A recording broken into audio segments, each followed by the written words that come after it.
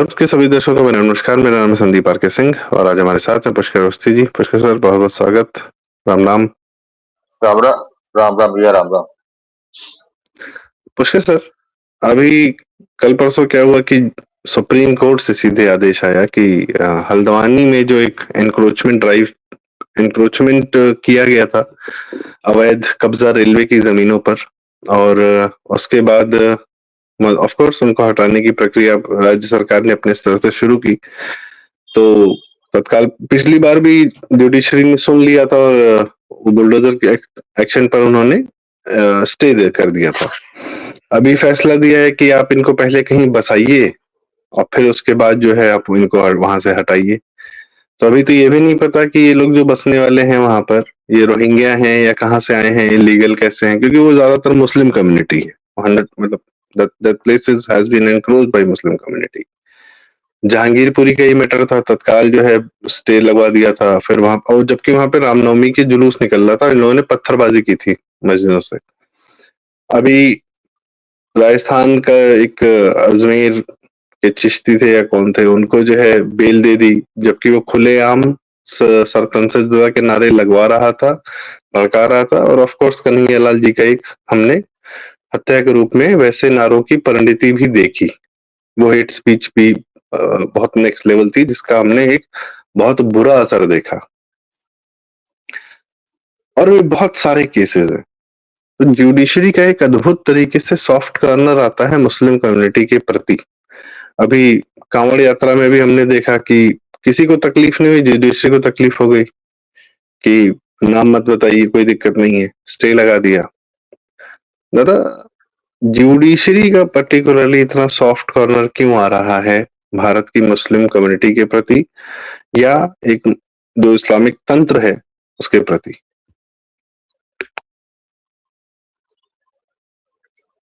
भारत की न्यायपालिका जिस तरीके से कार्य करती है और जिस तरीके से उसका निर्माण हुआ है, क्या कहते हैं, न्यायपालिका में जो बैठे हुए लोग हैं, जितने लाए गए हैं, उस उसको देखते हुए ये जो हो रहा है, बिल्कुल कोई आश्चर्यचकित होने वाली बात नहीं है। भारतीय न्यायपालिका आज से नहीं, करीब 50 साल पहले से ही जो है कॉम्प्रोमाइज होना शुरू हो गई। ये कॉम्प्रोमाइज सेंस में मैं कह रहा हूँ कि भारत के न्यायाधीश, हाई कोर्ट या सुप्रीम कोर्ट यहाँ जो बनते हैं, जिससे उनको जो है आगे किया जाता है, प्रमोट किया जाता है, वो इस बिना पे नहीं किया जाता रहा है कि वो बड़े ईमानदार है, बड़ा ही ज्ञानी है, बड़ा ही जो है स्पष्ट निर्णय करते हैं, या जजा भारत की जनता के हितों की रक्षा करते हैं। बिल्कुल, वो वहां पर वो आदमी पहुंचता है जो कि आप उसको मुस्लिम तंत्र मत कहिए। मुस्लिम तंत्र में जो है फिर बहुत ही आप के लिए सेगमेंट वाइज हो जाएगा मामला। ये मूलतः ये सेकुलरवाद, ये जो सेकुलरवाद का कीड़ा है, ये उसी के ही, उसके अंदर आपका लेफ्ट भी आ गया, लिबरल भी आ गया, इस्लाम भी आ गया। ये जो आपका जो है, जो 60वें के दशक से जो चालू हुआ, वहां से किया गया। आप ये देखिए ना, आप जब 1975 में इंदिरा गांधी जी ने आपातकाल लगाया, इमरजेंसी लगाई, इसी सुप्रीम कोर्ट ने उसको जस्टिफाई किया। इसी सुप्रीम कोर्ट, उसी सुप्रीम कोर्ट में इंदिरा गांधी जी ने जो है जब चीफ जस्टिस बनने का नंबर आया तो नवी पादान बैठे हुए आदमी को बनाया, बाकी लोगों ने इस्तीफा दिया। वहां से स्टार्ट हुआ। फिर उसके कोलेजियम आ गया 3 दशकों पहले, 4 दशकों पहले कोलेजियम भी स्वीकारा, इसीलिए कि हमारा अपना परिवार चलेगा, आपका अपना परिवार चलेगा, हमारा अपना इंसेस्टियस कोलैबोरेशन रहेगा, और जो है जुडिशरी का इंसेस्टियस कोलैबोरेशन अपनी जगह रहेगा। तो ये 3-4 दशक में अब स्थिति तो ये हो गई है कि किसी के विचार, हर हमाम में सब नंगे हैं, सब कॉम्प्रोमाइज है। तो जब कॉम्प्रोमाइज है तो जो है वो उसके निर्णयों पे, और जिस तेजी से निर्णय लेते हैं, जिस तेजी से डायरेक्शन देते हैं, और जिस तेजी से सदन की गरिमा को तार-तार करते हुए जो सदन का अधिकार होता है, संसद का जो अधिकार होता है, उसको अपने हाथ में लेके करते हैं जुडिशरी। तो उससे तो स्पष्ट हो जाता है कि ये जो है भारत की जुडिशरी जो है एक पार्टी है, लोकतंत्र का एक खंबा नहीं है, वो वैश्विक जगत के लेफ्ट लिबरल इस्लामी गिरोह का स्तंभ है। तो मुझे कोई इसमें कोई लेश मात्र इसमें शंका नहीं। इसलिए जो है उनका जो जो भी निर्णय रह रहे हैं उचित है। अब उचित तो नहीं कहूंगा, लेकिन जो ले रहे हैं वो समझ में आता है क्यों ले रहे हैं, कैसे ले रहे हैं। हकीक सवाल इस बात का अब ये आता है कि ये जुडिशरी जो है इंक्रोचमेंट, जो जुडिशरी खुद जो है संसद की सीमाओं का इंक्रोचमेंट करती हो, उसके लिए बड़ा स्वाभाविक है यदि कोई जो है इलीगल रोहिंग्या बाहर से आया हुआ बांग्लादेशी या फिर कोई भी अन्य व्यक्ति जो सरकारी जमीन को इंक्रोच करके बनाता है, तो उसके हितों की रक्षा करे, ये कर्तव्य है सुप्रीम कोर्ट के जजों का, क्योंकि उन्हें हर चीज का इंक्रोचमेंट किया। उन्होंने केवल जो है विधायकी या संसदीय जो गरिमा होती उसका ही इंक्रोचमेंट नहीं किया है, उन्होंने इंक्रोचमेंट भारत की मर्यादाओं किया है। उन्होंने जो है इंक्रोचमेंट भारत की सामाजिक दायित्व का किया है। उन्होंने जो है बहुत बड़ी भूमिका निभाई है भारत के समाज में अमर्यादा को जो प्रतिष्ठित किया, उसमें उसका संरक्षण देने का काम जो है इसी कोर्ट ने किया। तो न्यायपालिका ने जो कर रही है वही कर रही है जो कि विश्व में आप देख रहे हैं। इसलिए जो है कोई आश्चर्य वाली बात नहीं, ये मुस्लिम तंत्र वाला मामला बिल्कुल नहीं है। मुस्लिम तंत्र उसका एक पार्ट है, दैट्स ऑल। ये हमेशा, क्योंकि आखिर क्या बात है कि जो उनके साथ जज के सामने जो एक ही तरीके के वकील जाते हैं, एक ही तरीके की जो डायरेक्शन हो हाँ, जाती है, मैं एक ही तरह से इस पे भी कर लिया था।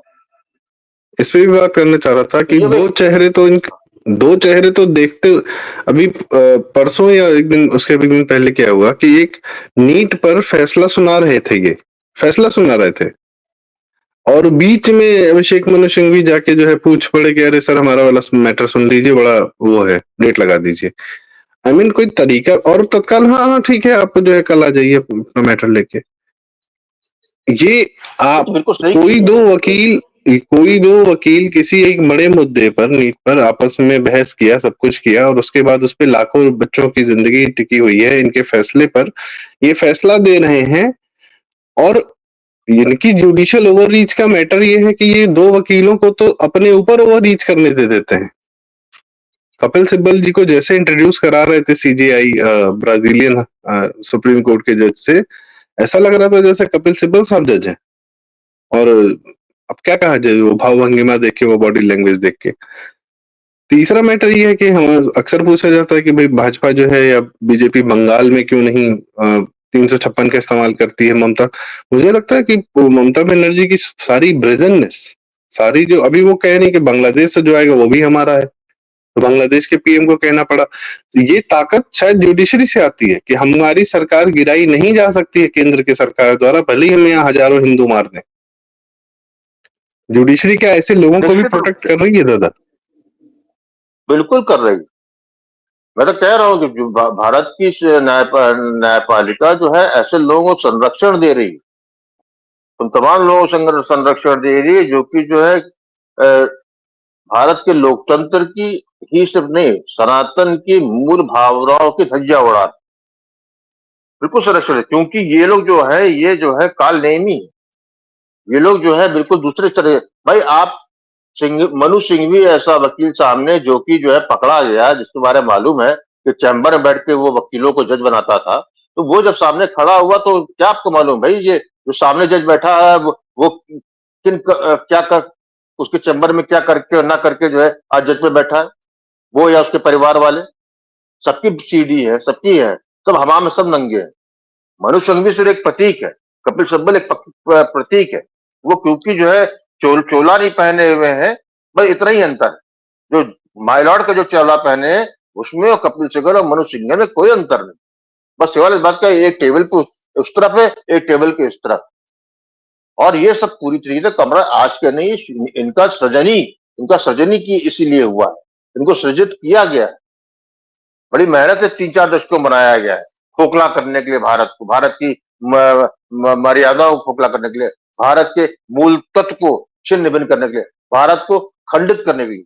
इनका इनका पहली प्रायोरिटी वो है, पहला उनका वही एक ही है, एक ही लक्ष्य से है। They are they are the sleeper cell of the international body to destroy India from within, not India only, the any kind of भारताइजेशन, भारतीयता का हनन, भारत के खंडित होने का डर, ये उसके स्लीपर के आज खुल के, क्योंकि जो है विपक्ष में भी सब ऐसे ही बैठे हुए हैं, सब है, इधर भी ये सिस्टम भी उनका उसमें भी है, और फिर जो गोल्डन अपॉर्चुनिटी प्रधानमंत्री मोदी जी के पास जो है दूसरे काल में थी, किन्हीं कारणों से वो उसमें मिस कर गए, जुडिशरी को हेड ऑन नहीं ले सके। फिर क्योंकि अब क्या आज की तारीख में नहीं ले सकते मोदी, क्योंकि आज की तारीख में जनता, क्योंकि मैं तो ये देख रहा हूँ कि इसलिए नहीं ले सकते कि आज उनके पास जनता का मैंडेट ही नहीं रह गया उस तरीके का। आज जो है नहीं क्रिटिसिज्म के पात्र बन रहे हैं। मुझे ये संभव नहीं था आज से 2-3 महीने 3 महीने पहले नरेंद्र मोदी के लिए, लेकिन आज जो है आलोचना के प्रति बन रहे हैं, क्योंकि अब आदमी फ्रस्ट्रेट हो गया। तो इसका मतलब ये फ्रस्ट्रेट हो गया है, तो फिर इसके मतलब है कि आपको कहीं ना कहीं जाकर रिस्क लेना पड़ेगा। आप जो है लोकतंत्र की मर्यादा, अपनी मर्यादाओं की लक्ष्मण रेखा में कैद होकर भारत को बचाने की यदि कोशिश हो जा रही है, भारत के स्तंभों को बचाने की कोशिश हो रही है, तो मैं समझता हूं कि बड़ा दुर्भाग्यपूर्ण है, और इसका जो है परिणाम अच्छे तो नहीं आने। एक मैटर और है ना बिल्कुल सर, है। जो आपने कहा कि वो मैंडेट नहीं है, तो वो मैंडेट जो है, अब वो अगर उन्होंने अपने गठबंधन से लिया है, चंद्रबाबू नायडू की से और नीतीश कुमार से। पहले जब आप पूर्ण बहुमत में थे, तो आपका अपने भाजपा के सांसदों, भाजपा के नेताओं पर कंट्रोल था और भ्रष्टाचार बिल्कुल नहीं था। पर भाई नीतीश पाक साफ हो सकते हैं, पर चंद्रबाबू नायडू पे तमाम केसेस चल रहे हैं, और पर जदयू में कोई ऐसा पाक साफ मिले, अगर आप जुडिशरी पे ओवर रीच करते हैं, तो कहीं ना कहीं इन लोगों पर कहीं और से प्रभाव आएगा, तो इनसे प्रेशर आएगा। भाई अगर आप जुडिशरी पे ओवर रीच करते हैं, तो हो सकता है जुडिशरी तब तक चंद्रबाबू नायडू को निपटाने का प्रक्रिया शुरू कर दे, बहुत सारे केसेस चल रही है, वो है जो भी था, कुछ भी बहाना हो सकता है, कोई ऐसी बड़ी बात नहीं है। तो उनको प्रोटेक्ट करने के लिए आपको अपने कदम पीछे खींचने पड़ेंगे, क्योंकि अब आप उतने ताकतवर नहीं रहे। तो आपने सही कही, गोल्डन मोमेंट था। I don't know how this will take up, but एक जुडिशियल ओवर रीच को खत्म करना तो मतलब बहुत मैंडेटरी हो गया है, क्योंकि ये लोकतंत्र के एकदम अगेंस्ट में जा चुके हैं लोग। एक ही, मैं तो ये भी कहूंगा कि एक ही पिन कोड से सारे जज बन रहे हैं। ऐसा नहीं कि उनको सरकारी आवास वहां मिला है, सब वहीं उसी पिन कोड में पले बढ़े, वहीं 12th की आपस में पूरी मित्रता यारी दोस्ती चल रही है। उसी में कहीं कोई किसी के अंडर में चला गया हाईकोर्ट का वकालत करने, कुछ दिन बाद आके जो है भाई हाईकोर्ट की जुडिशरी की, फिर वापस आ गया दिल्ली में बैठ के। एक नई बेंच तक नहीं बनाई आज तक। 36 या 45 सुप्रीम कोर्ट के जज हैं, बस वही पूरा देश को हैंडल कर रहे हैं, और आपस में एक ही कोटरी है। ये तो लोकतंत्र के एकदम अगेंस्ट में है ना, कि आपका न्यायतंत्र जो है पूरे समाज में कहीं से नहीं आ सकता, वो सिर्फ कुछ गिने चुने बहुत लिमिटेड से आएगा। ये तो इवोल्यूशन के भी अगेंस्ट है। इवोल्यूशन को छोड़िए, पर देखिए बेसिक मूल बात ये समझिए कि लोग हर हर शासन की व्यवस्था, जो भी शासन की व्यवस्था समय समय अनुसार नई नई आई है, उसकी शेल्फ लाइफ होती है। वो शेल्फ लाइफ जो है तब तक होती है जब तक उसे पॉजिटिव पॉइंट खूब सामने से धीरे धीरे हटने लगते हैं, और नेगेटिव पॉइंट जो है उस शासन व्यवस्था के, वो उस पर हावी हो जाते हैं, जिससे कि राष्ट्र प्रभावित होते हैं और उसका समाज प्रभावित होता है। मैं समझता हूँ कि भारत में लोकतंत्र का जो है लोकतंत्र व्यवस्था पूरे विश्व की, जो विश्व जहां पर हेड काउंट पे होता रहा है, वो भी अब अपने जो है पैरामाउंट पे पहुंच चुकी है, जहां से उसका डिके भी सामने मुझे होते हुए दिख रहा है, जहां की उसकी नकारात्मकता जो कि राष्ट्र की चूल्हे हिला रहा है। मैं पूरा वेस्ट में देख रहा हूँ, यूरोप में देख रहा हूँ, अमेरिका में देख रहा हूँ, हर जगह देख रहा हूँ, वो भारत से भी बिल्कुल परिलक्षित है। यहाँ पर क्योंकि जो है सारा सिस्टम इस लोकतंत्र की जो हेड काउंट की जो पद्धति है, उससे जितनी नेगेटिविटी सीपेज की नकारात्मक चित्र। और जिस तरीके से सड़ा गला भ्रष्ट हुआ और मर्यादित हुआ, अब वो जो है उसमें कोई अब नया जो है उस भूमि पे, उस जगह पे नई इमारत नहीं खड़ी कर सकते, सवाल ही पैदा नहीं। मैं तो समझ रहा हूँ कि शायद स्थिति ऐसी जाएगी कि एनआरकी की ही एक ओकेजन है। एनआरकी in India, massive wave of, जो यूरोप में जिस तरह चल रहा है उस तरह भारत जले, यहाँ ऐसे ही लोग काटे और मारे जाए, और उसके बाद शायद लोगों का खून, जो ठंडा खून घूम रहा है उसमें गर्मी आए, और जिस तरह किसान जो है चल रहा है और दिल्ली घेरेंगे, तो जनता भी सुप्रीम कोर्ट को घेरे। लेट इट, हंसी सब थोड़ी सब तो होनी है। और इसके लिए भाई अब आपको अपने मर्यादा, अपने मर्यादा के जो भाषण बार बार होता है, मर्यादा मर्यादा मर्यादा, मर्यादा एक स्तर तक होती है, मर्यादा वाला मामला रह ही नहीं गया है, देश बड़ा की मर्यादा बड़ी। नहीं, मैं ये कह रहा हूँ कि किसान का कोई एक तो रिकरिंग डिपॉजिट है तरीके से किसान का, खत्म कहाँ हो रहा है, क्योंकि उसको उनको इट डजेंट मैटर कि आप क्या कर रहे हैं, सही कर रहे हैं, उनको एनआरकी लानी है, उनको सीज करना है, they want to seize their land, उसमें जस्ट लाइक इन मेडिवल उसमें सब पीरियड जस्टिस।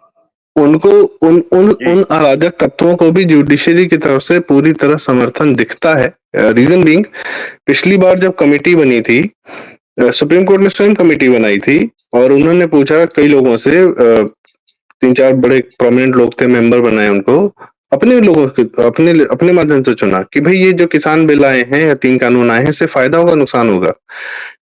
तो एंटायर पूरी रिपोर्ट थी, वो जुडिशरी 1.5 साल 2 अभी भी बैठी हुई है, उसको पब्लिक नहीं किया है, उसको बहुत जल्दी सबमिट कर दिया गया था 3-4 महीने के अंदर, पर जुडिशरी पे बैठी हुई थी। इन लोगों ने, कमेटी के मेंबर से फ्रस्ट्रेट होकर वो रिपोर्ट खुद जुडिशरी के ताप को कि हाँ ठीक है जो होगा देखा जाएगा, रिलीज की। उसमें पता चला कि 85% of the entire report says कि 3 किसान कानून बहुत बेहतर हैं फार्मर्स के लिए। सेकंड, जुडिशरी ने उस समय ये कहा कि जिन लोग को फायदा हो रहा है वो क्यों नहीं सड़क पे आ रहे। अरे भाई, जो आदमी काम कर रहा है, काम धंधा कर रहा है, नॉर्मल काम कर रहा है, उसको भी आप चाहते हैं कि वो भी सड़क पे आ जाए। तीसरा मैटर, अभी जब ये जो किसान के नाम पे जो भी लोग आगे आ रहे हैं, दलाल, आड़ती और अराजक तत्व, एमएसपी की मांग कर रहे हैं, एमएसपी की गारंटी की। सरकार ने 48 लाख करोड़ का बजट अभी प्रस्तुत किया है। एमएसपी की अगर गारंटी दे दी जाएगी तो 20 लाख करोड़ रुपया पूरा, अच्छा, जिसमें टैक्स कंपोनेंट जो है, जो सरकार का टैक्स रेवेन्यू है, वो 25 लाख करोड़ के आसपास का है। 20 लाख करोड़ तो एमएसपी किसानों को दे दी जाएगी, फिर बाकी देश कैसे चलेगा। उस पे सुप्रीम कोर्ट ने कहा है कि हम कमेटी बनाएंगे एमएसपी की, हम देखेंगे कि एमएसपी कितनी जरूरी देनी है या नहीं देनी है। अब ये देश का बजट चलाएंगे और ये अपनी अरे भाई कमेटी की आप रिपोर्ट बनाएंगे। It is their judicial over like लाइक एनीथिंग। अराजकता का एकदम अजीब भा, सीन बना रखा है। भा, भारत की जुडिशरी को भारत नहीं चलाना है भाई, ये आपको हमको लग रहा है। भारत की जुडिशरी भारत के लिए काम नहीं कर रही है, भारत जुडिशरी जो है काम नहीं कर रहा है, भारत के हितों की इनकी वो नहीं है, प्रायोरिटी कोई नहीं है। दे आर, जिस जमाने में जो ब्रिटिश राज के जो शाह बहादुर होते थे, शाह बहादुर के जो भारत के नुमाइंदा जमींदार लोग होते थे, तहसीलदार होता था, वो काम करते थे अंग्रेज बहादुर का। पूरे शहर में देख दो अंग्रेज होता था, कलेक्टर साहब, उसके नीचे तो वही यहीं का आदमी काम करता था। अब्बास शान समझता था, चाहे राय बहादुर हो, चाहे दीवान साहब, ये सब वही है। ये ब्रिटिश राज के जमाने में जो राय बहादुर, दीवान साहब लोग थे, ये वही है। भारत की जुडिशरी भारत के लिए काम नहीं कर रही है, ना करने की इसकी इच्छा है। जो भी है वो भारत की किसी भी प्रगति में किस तरीके से पंचर किया जाए, प्रगति कैसे रोकी जाए, कैसे भारत के विरोधी जिनके ये टूल है, उनके हितों की रक्षा भारत में हो सके, उसके लिए काम कर। मुझे कोई कहने में हर्ज बिल्कुल नहीं है। भारत की judiciary had disappoint, it is not a disappointment, it has been a disaster for so long. There is there are so many incidents over the years कि शक ये बलवंती होता जाता है, ये जो है भारत के लिए काम नहीं कर रहे, और इसलिए जो है इनसे कोई आशा नहीं हो सकती है। बस एक ही आशा मुझे लगती है कि भारत में एनार्की आए और यहाँ पर भारत जले यूरोप की तरीके से, तब शायद जो है कुछ गर्मी का एहसास जो है दिल्ली वालों को हो और वो अपनी मर्यादा की सीमा लांघते हुए एक स्ट्रांग एक्शन ले, क्योंकि जो है हमेशा ये हुआ, कोई नई बात नहीं है। जब भी आपके विप्लव काल आया है, जब भी आपके यहाँ एक मेजर उठापटक हुई है, जब लहू लहू लहान भर्ती हुई है, तो फिर जो है तब जो है लोकतंत्र का एबीसीडी नहीं पढ़ाया जाता। उसके बाद तो जी केवल तो शासक का दम कितना है, शासक के रिजॉल्व कितना है, शासक कितने अपने आप में सत्य के साथ कठोरता से खड़ा है और कितना आक्रामक हो सकता है, और जो शासक कर लेता है शासक के साथ, उसी राष्ट्र का जो है भविष्य उज्जवल होता है। तो सब कुछ दामोदार जो है, मैं समझता हूँ दिल्ली में बैठे हुए लोग हैं, चाहे प्रधानमंत्री हो चाहे कोई हो, क्योंकि ये चीजें जो है एक कोलिजन कोर्स की तरफ जा चुकी है। इसमें किसी तरीके से हीरा ढवाली या ये सोच के कि अपने आप मामला ठीक हो जाएगा, बाद में देख लेंगे, बाद में देख लेंगे, मैं समझता हूँ कि अब टाइम बिल्कुल नहीं रह गया है, टाइम तो है ही नहीं। In fact every day India is losing, every day we are going in a big puddle of shit. आपकी बात सही लग रही, क्योंकि 47 में 1920 में भी कुछ ऐसा ही माहौल था, इतने ही नंबर्स थे मुस्लिम तंत्र के भी कि, और उनकी डिमांड्स भी फिर ऐसे ही आनी शुरू हो गई थी। सडनली व्हेन दे सॉ कि लीडरशिप जहां जरा सी कमजोर है, उन्होंने अपनी चढ़ाई कर दी, बंगाल में डायरेक्ट एक्शन डे शुरू कर दिया, पंजाब में मारकाट मचा दी, और उसकी तैयारी यहाँ भी बहुत जगह से दिखती है। वो हर दिन न्यूज में आता है, पता भी चलता रहता है, मुहर्रम के जुलूसों में या पीएफआई की हरकतों में, या बंगाल तो ऑफ कोर्स एक ऐसी खिड़की हो गई है जिसको जहाँ से कोई भी चला आ रहा है, पूरे भारत में कहीं भी बस जा रहा है, जम्मू बस जा रहा है, हल्द्वानी बस जा रहा है, कहीं भी बस जा रहा है, और उसको प्रोटेक्शन जो है टॉप लेवल से मिल जा रही है, और उनके इकोनॉमिक सिस्टम्स भी हैं।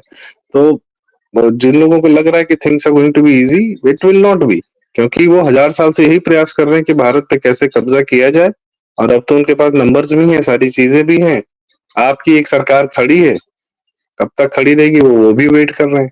बाकी उनके उनके सपोर्ट में, जैसा दादा ने बताया कि भाई आज तक उन्होंने जुडिशरी ने अपना उनके सपोर्ट में ऐसा पूरा तंत्र, भारत के विरोध का तंत्र पूरा जो है, चाहे राजनीतिक हो, चाहे ब्यूरोक्रेसी हो, चाहे जुडिशरी हो, सब जगह दिखता है।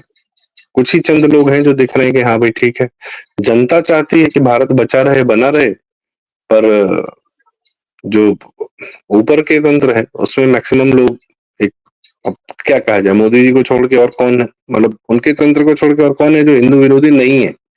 सब तो हिंदू विरोधी ही है। खैर, तो दादा मुझे लगता है काफी कड़ी बातें आपने कही हैं, और हम ये देख रहे हैं कि भारत के विघटन या भारत के बर्बादी के जो एजेंट्स हैं, उनको संरक्षण कहीं से आ रहा है, भारत के एक बहुत मेजर इंस्टीट्यूशन से आ रहा है।